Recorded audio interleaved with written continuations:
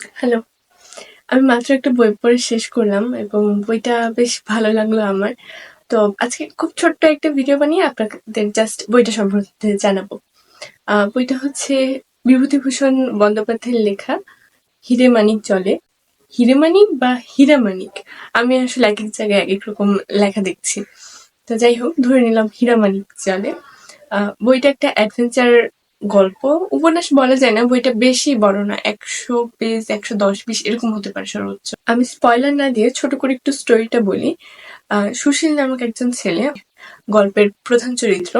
তো তাদের পারিবারিক জমিদারি টাইপ ছিল।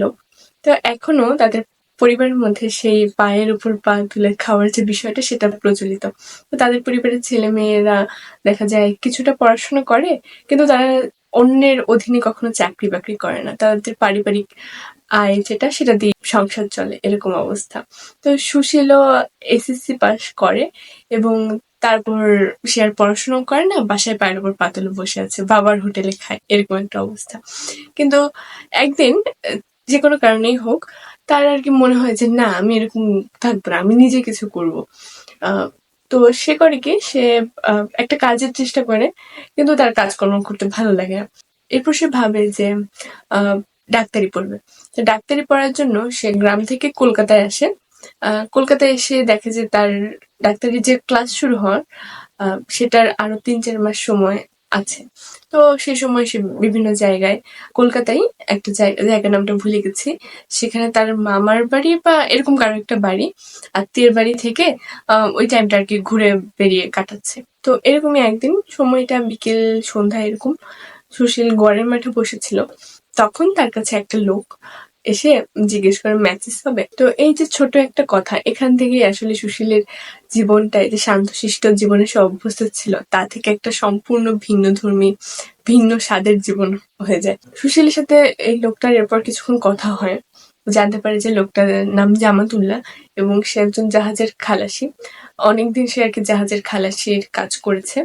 তো এই লোকটা তার যে কর্মজীবনের অভিজ্ঞতা, তার থেকে একটা গল্প বলে। খুবই অদ্ভুত এক গল্প, এবং এই গল্পই শেষ পর্যন্ত সুশীলকে এই চমৎকার অ্যাডভেঞ্চারে নিয়ে যায়। অ্যাডভেঞ্চার গল্প হিসেবে এই বইটা আসলে খুবই সুন্দর। অ্যাডভেঞ্চারের গল্পে যেসব উপাদান থাকা প্রয়োজন, এখানে তারা অনেক কিছু আছে: বন, সমুদ্র যাত্রা, তারপর হচ্ছে বন্য প্রাণী, আহ নানা ধরনের মৃত্যুপাত, সবই আছে।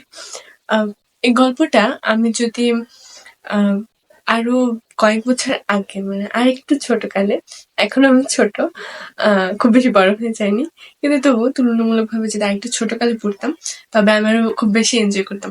এখন আমার কাছে বইটা ভালো লেগেছে, এবং আমাকে অনেকে অনেক সময় বই সাজেশন চায় গিফট দেওয়ার জন্য। তো ছোটদের বা ছোট ভাই বোনকে গিফট করার জন্য এই বইটা একটা চমৎকার অপশন। যদিও বইয়ের এন্ডিংটা, ওই বিষয়টা আমার কাছে একটু মানে আনফিনিশড মনে হয়েছে, যে লেখক আরেকটু টাইম দিলে হয়তো ভালো হতো। তবু বইটা বেশ ভালো, আমার কাছে ভালো লেগেছে। আর অনেকে এই বইটার সাথেই বিভূতিভূষণ বন্দ্যোপাধ্যায়ের আরেকটা বই 'চাঁদের পাহাড়', এই দুইটার তুলনা করে, দুইটা যেহেতু অ্যাডভেঞ্চার গল্প। উম যদি তুলনা করা হয়, আমি 'চাঁদের পাহাড়'কে এগিয়ে রাখবো। আমার কাছে 'চাঁদের পাহাড়' আরো বেশি ভালো লেগেছিল। আর এই বইটার যদি আমাকে রেটিং দিতে বলা হয়, তাহলে আমি দেবো 10-এর মধ্যে 8। এই 2 মার্ক কেন কাটলাম? 2 মার্ক হচ্ছে আমার কাছে ওই এন্ডিংটার জন্য আর কি, একটুও মানে এন্ডিংটা নিয়ে আমি খুব একটা স্যাটিসফাইড না। আহ তো এই তো, ছোট করে বললাম। ছোট কি হয়েছে? যাই হোক, ছোট করে বলার চেষ্টা করলাম। আপনারা চাইলে পড়তে পারেন। আর যদি অলরেডি পড়ে থাকেন, তবে এই বিষয়ে মতামত শেয়ার করতে পারেন। আর আপনার কোনো পছন্দের অ্যাডভেঞ্চার গল্প যদি আমাকে সাজেস্ট করা হয়, তো কমেন্টে লিখতে পারেন। ভালো থাকবেন। আবার দেখা হবে শীঘ্রই। টাটা।